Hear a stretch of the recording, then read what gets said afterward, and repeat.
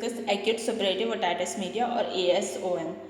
तो इसको हम कौन कौन सी हेडिंग्स पे देखेंगे। First introduction, second aetiology, third root of infection, fourth predisposing factors, fifth bacteriology, sixth pathology and clinical features, then sixth treatment.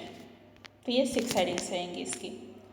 First introduction है, तो ASOM क्या होता है। एक्यूट इन्फ्लेमेशन होता है मिडिल ईयर क्लेफ्ट का, यानी कि यूस्टेशियन ट्यूब का, मिडिल ईयर का, एटिक का, एडिटस का, एंट्रम का और मेस्टॉइड ईयर सेल्स का, by pyogenic organisms. Pyogenic organisms से होता है, पस प्रोड्यूसिंग ऑर्गेनिज्म से। So it is acute inflammation of middle ear cleft, that is eustachian tube, middle ear, attic, adductus, antrum and mastoid ear cells by pyogenic organisms. Then second इसकी etiology क्या है, 2 headings में है। First lower socio economic group and second viral infection of upper respiratory tract. तो lower socio economic group में ज़्यादा common होता है, स्पेशली इन्फेंट्स और चिल्ड्रन में। सेकेंड वायरल इन्फेक्शन अगर मिडिल अपर रेस्पिरेटरी ट्रैक्ट का हो जाता है तो जल्दी वो मिडिल ईयर में ऑर्गेनिजम्स आ जाते हैं। थर्ड रूट्स ऑफ इन्फेक्शन क्या होते हैं, 3 होते हैं, via Eustachian tube, via external ear और थर्ड ब्लड बॉर्न। तो यूस्टेशियन ट्यूब से सबसे कॉमन रूट होता है। यूस्टेशियन ट्यूब इन्फेंट्स में शॉर्टर होता है, वाइडर होता है और ज़्यादा हॉरिजॉन्टल होता है, तो इन्फेक्शंस की ज़्यादा इंसिडेंस उस एज ग्रुप में होती है। सेकेंड एक्सटर्नल ईयर से आ सकता है, ट्रॉमेटिक परफोरेशन से। थर्ड ब्लड बॉर्न हो सकता है, ये अनकॉमन होता है, अनकॉमन रूट रहता है। Then fourth predisposing factors हैं, तो ये इसमें 6 हेडिंग्स है। First recurrent common cold and upper respiratory tract infection, second tonsils and adenoids infection, third chronic rhinitis and sinusitis, fourth nasal allergy, fifth nasopharynx tumours and sixth cleft palate. तो अगर common cold का बार बार attack आ रहा है या अपर respiratory tract infection है तो उसकी वजह से हो सकता है ASOM। टॉन्सिल और एडिनोइड में इन्फेक्शन हो गया तो भी ASOM हो जाएगा। थर्ड क्रोनिक राइनाइटिस अगर है, नोज़ में इन्फेक्शन आ गया है और नोज़ का इन्फ्लेमेशन और साइनस का इन्फ्लेमेशन हो रहा है तो भी ASOM हो सकता है। फोर्थ नेज़ल एलर्जी में ASOM हो सकता है।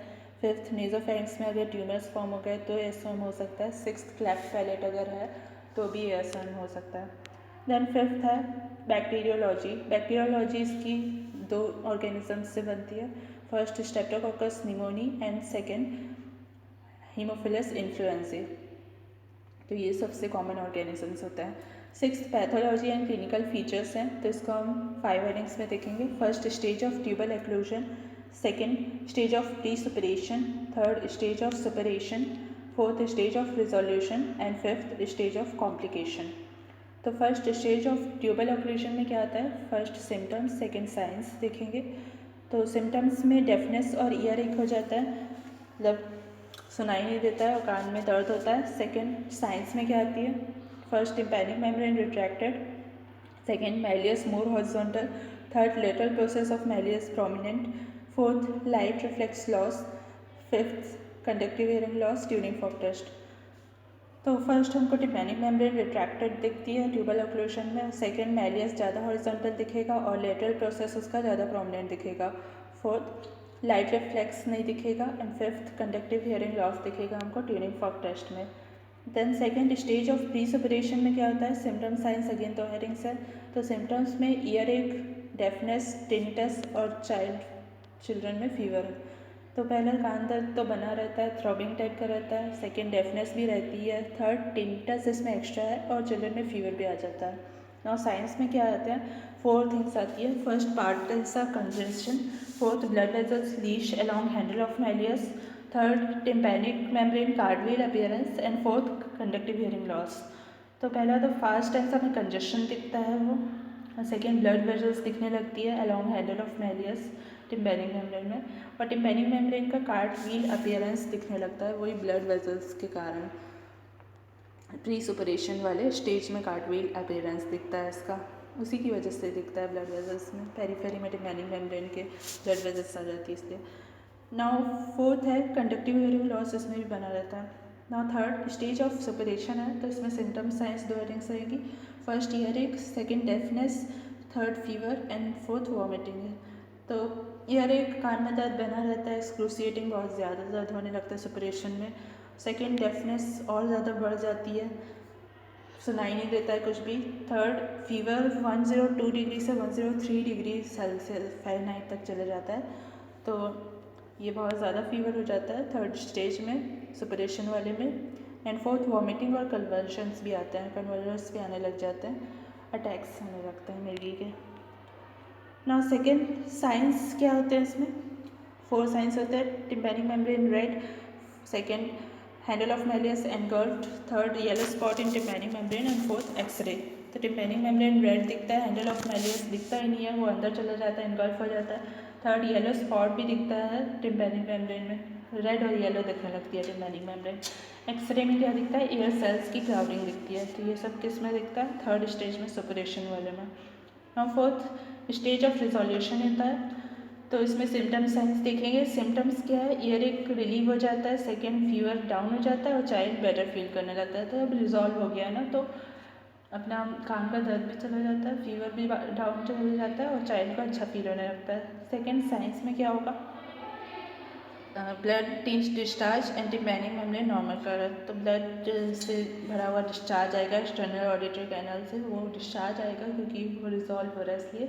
एंड सेकेंड, टिम्पैनिक मेम्ब्रेन का कलर नॉर्मल हो जाएगा। Then fifth stage of complication होता है। इसमें क्या होता है? फर्स्ट, इफ वेरुलेंस इंक्रीज, मतलब मोर होता है तो पेशेंट लेस, या फिर पेशेंट लेस रेजिस्टेंट होता है, तब क्या होगा? And second, may lead to. तो स्टेज ऑफ कॉम्प्लिकेशन तभी आता है जब विरुलेंस ऑफ ऑर्गेनिज्म ज़्यादा होता है या रेजिस्टेंस ऑफ पेशेंट पुअर होता है।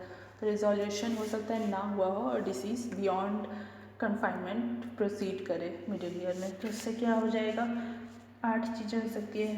Acute mastoiditis, labyrinthitis, petrositis, facial paralysis, dural abscess, brain abscess, meningitis, extradural abscess. तो मास्टाइटिस अगर पीछे चला गया तो लैब्रिन्थाइटिस इनर ईयर में चला गया, पेट्रोसाइटिस ऊपर चला गया, फेशियल पैरालिसिस मिडिल ईयर में ही फेशियल नर्व होती है। Then dural abscess, brain abscess, meningitis brain में अगर चला गया तो एक्स्ट्रा ड्यूरल एब्सेस भी हो सकता है। तो ये सारे कॉम्प्लिकेशंस हैं जो हम एक और क्वेश्चन में देख चुके हैं। नाउ सेवन्थ है ट्रीटमेंट। ट्रीटमेंट को फिगर 10.1 से भी हम देख सकते हैं। देन ट्रीटमेंट में क्या देते हैं? फर्स्ट, एक्टिव बैक्टीरियल थेरेपी देते हैं, सेकेंड डीकंजेस्टेंट नेजल ड्रॉप्स देते हैं, थर्ड ओरल नेजल डीकंजेस्टेंट देते हैं, फोर्थ एनाल्जेसिक्स और एंटीबायोटिक्स देते हैं, fifth year toilet, sixth dry local heat देते हैं, सेवन्थ माइंजोटोमी करते हैं। तो फर्स्ट एंटीबैक्टीरियल थेरेपी देंगे, एम्पिसिलिन और एमॉक्सिसिलिन देंगे। इसमें एम्पिसिलिन देते हैं 4 डिवाइडेड डोजेस में, जबकि एमॉक्सिसिलिन को 3 डिवाइडेड डोजेस में देते हैं। और जो पेनिसिलिन के लिए एलर्जिक रहते हैं ना, उनको एरिथ्रोमाइसिन देते हैं। ये कौन सा ऑर्गेनिजम्स के लिए देते हैं? स्ट्रेप्टोकोकस निमोनिया और H influenza most common organisms के लिए। इसका डोज क्या होता है? एम्पिसिलिन का 50 mg पर kg पर डे होगा और एमॉक्सिसिलिन का 40 mg पर kg पर डे होगा। ना सेकेंड, डीकंजेस्टेंट नेजल ड्रॉप्स होते हैं। तो डीकंजेस्टेंट नेजल ड्रॉप्स में क्या देते हैं? Ephedrine nasal drops, and second ऑक्सीमेटाजोलिन या ज़ाइलोमेटाजोलिन ये देते हैं। और थर्ड, ओरल नेजल डीकंजेस्टेंट्स होते हैं। ओरल नेजल डीकंजेस्टेंट्स में सूडो एफेड्रिन देते हैं, 30 mg देते हैं दिन में 2 बार। Now fourth, analgesic and antibiotics है, दर्द हटाने के लिए और बुखार कम करने के लिए, तो पैरासीटामोल हेल्प करता है इसमें। फिफ्थ है ईयर टॉयलेट। ईयर टॉयलेट अगर डिस्चार्ज हो रहा है ईयर में तो फिर करते हैं, ये कॉटन बड्स से करते हैं और विक्स से। नाउ सिक्स्थ है ड्राई लोकल हीट, पेन के लिए ड्राई लोकल हीट देते हैं। देन सेवन्थ, माइंजोटोमी इंडिकेटेड रहती है जब 3 चीज़ें हो जाती है। फर्स्ट, ड्रम की बल्जिंग, सेकेंड, इनकम्प्लीट रिजोल्यूशन हो रहा है एंटीबायोटिक्स देने के बाद, third, persistent infection effusion beyond 12 weeks. तो एक तो अगर टिम्पैनिक मेम्ब्रेन बल्ज आउट हो गई है, दूसरा रिजोल्यूशन नहीं हो पा रहा एंटीबायोटिक्स देने के बाद भी, सेकेंड, फिर थर्ड है क्या, ये इफ्यूजन बना हुआ है 3 महीने के बाद भी, तो फिर ये माइंजोटोमी करते हैं। तो ये था acute separative otitis media. Thanks for watching.